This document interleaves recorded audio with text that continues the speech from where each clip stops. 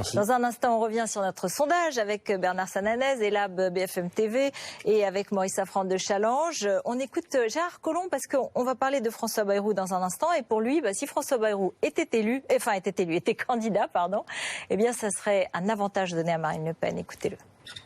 Si effectivement François Bayrou annonçait demain j'y vais, c'est le risque de faire en sorte qu'au deuxième tour, on ait un duel qui se termine à l'issue du deuxième tour par l'élection de Marine Le Pen. Et ça serait une responsabilité historique. Bonsoir Maurice Safran de Challenge, éditorialiste à Challenge. Bonsoir Bernard Sananès, le patron d'Elab. Vous avez fait un sondage ce soir, on en a parlé, on va en reparler dans un instant. Mais je voudrais vous poser la question, c'est autour de François Bayrou, parce qu'on attend sa décision demain à 16h30. Il fait une conférence de presse qui sera à suivre en direct sur BFM TV bien sûr. Qu'est-ce qui peut se passer? Est-ce que vous avez des informations? Et sur le plan électoral, est-ce qu'il y a un espace? Quel peut être son raisonnement? Il y a vous avez entendu sondages. Gérard Collomb, il disait, s'il y va, en gros, il va affaiblir, parce qu'il soutient Emmanuel Macron, il va affaiblir Emmanuel Macron, et donc il va renforcer Marine Le Pen. Il y a les sondages de mon camarade Bernard et les autres.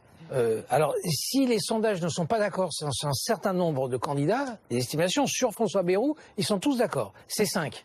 Tout le monde le met à 5. Bon, très bien. Non. Alors là-dessus, à votre place, il avait répondu à ma question en disant une campagne n'est démarrée que lorsqu'il y a une candidature.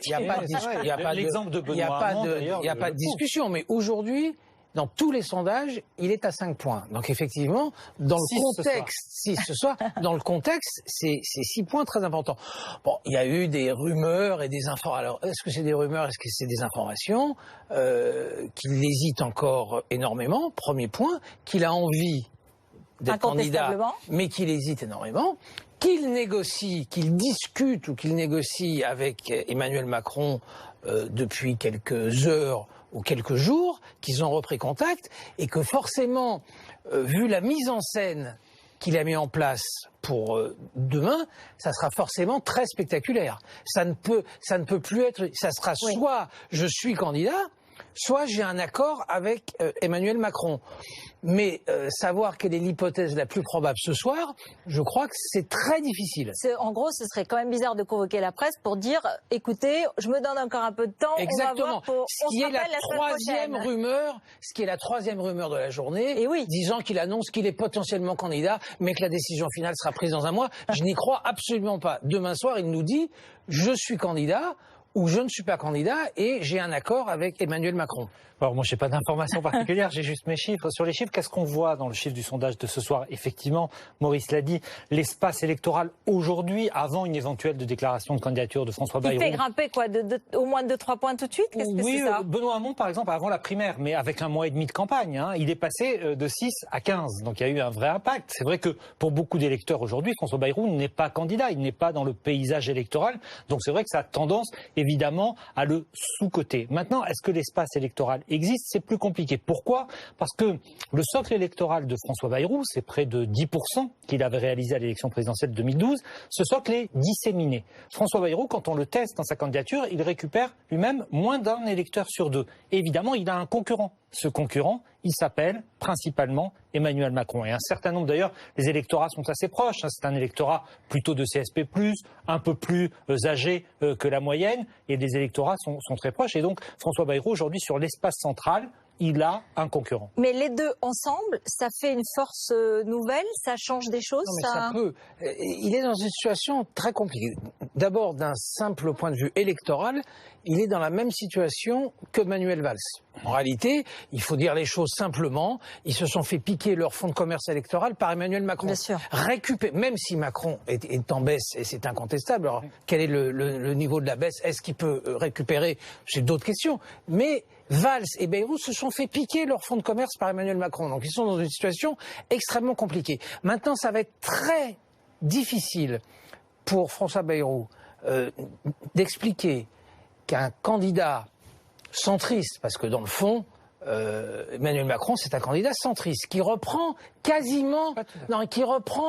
les terminologies de François Bayrou en 2007. Le grand triomphe de François Bayrou, 19% presque. 18, il reprend ni gauche ni droite, et gauche et droite, ce qu'il y a de mieux à droite, ce qu'il y a de mieux à gauche. C'est exactement ce que nous racontait François Bayrou et qui a failli marcher. Il va falloir que François Bayrou soit sacrément costaud pour expliquer qu'il va se présenter contre un candidat qui est quasiment sur la même ligne que lui et qui peut peut-être gagner la présidentielle. C'est compliqué. Hein. D'autant que il y a le sondage évidemment de ce soir qui montre qu'Emmanuel Macron marque le pas, moins 5 points par rapport à la veille d'il y a 15 jours.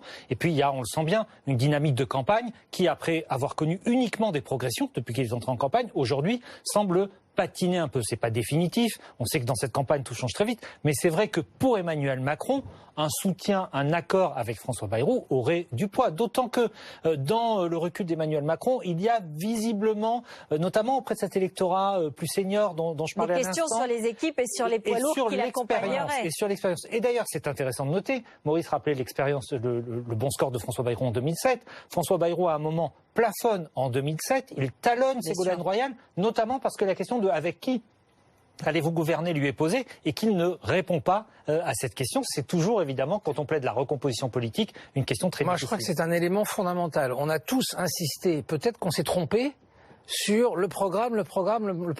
Je ne suis pas si sûr que les Français soient si attachés à son programme parce qu'ils s'en méfient.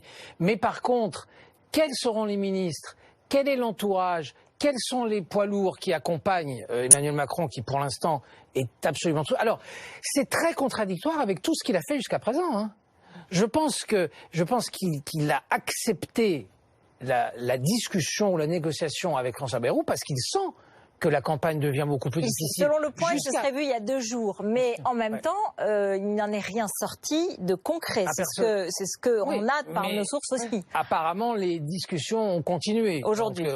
C'est sûr qu'un Emmanuel Macron qui, il y a 15 jours, était à 22-23%, qualifié très largement besoin. N'avait pas besoin de François Bayrou. Aujourd'hui, c'est un peu différent. François Fillon, dans notre sondage, remonte et prend la 2e place à la place d'Emmanuel Macron. Tout à fait. Alors rappelons là aussi qu'il y a 15 jours, il était à son point le plus bas. Il était entre 17 et 18%. C'était au lendemain de la conférence de presse où il s'était expliqué. Donc on voyait bien que le trouble était à son maximum. On ne peut pas dire que le trouble est complètement dissipé, parce que 20-21 points pour le candidat de la droite, ce n'est pas un bon score. Mais en tout cas, ça stoppe une dynamique, ça amorce un début de reconquête. Et surtout, par rapport à il y a 15 jours où François Fillon n'était pas, même si on était aussi dans les marges d'erreur, n'était pas qualifié pour le second tour, là, François Fillon est en position de se requalifier. C'est très important dans une dynamique de campagne, toujours quand les sondages se reposent. Alors, n'évoquons pas ce soir la question de la morale.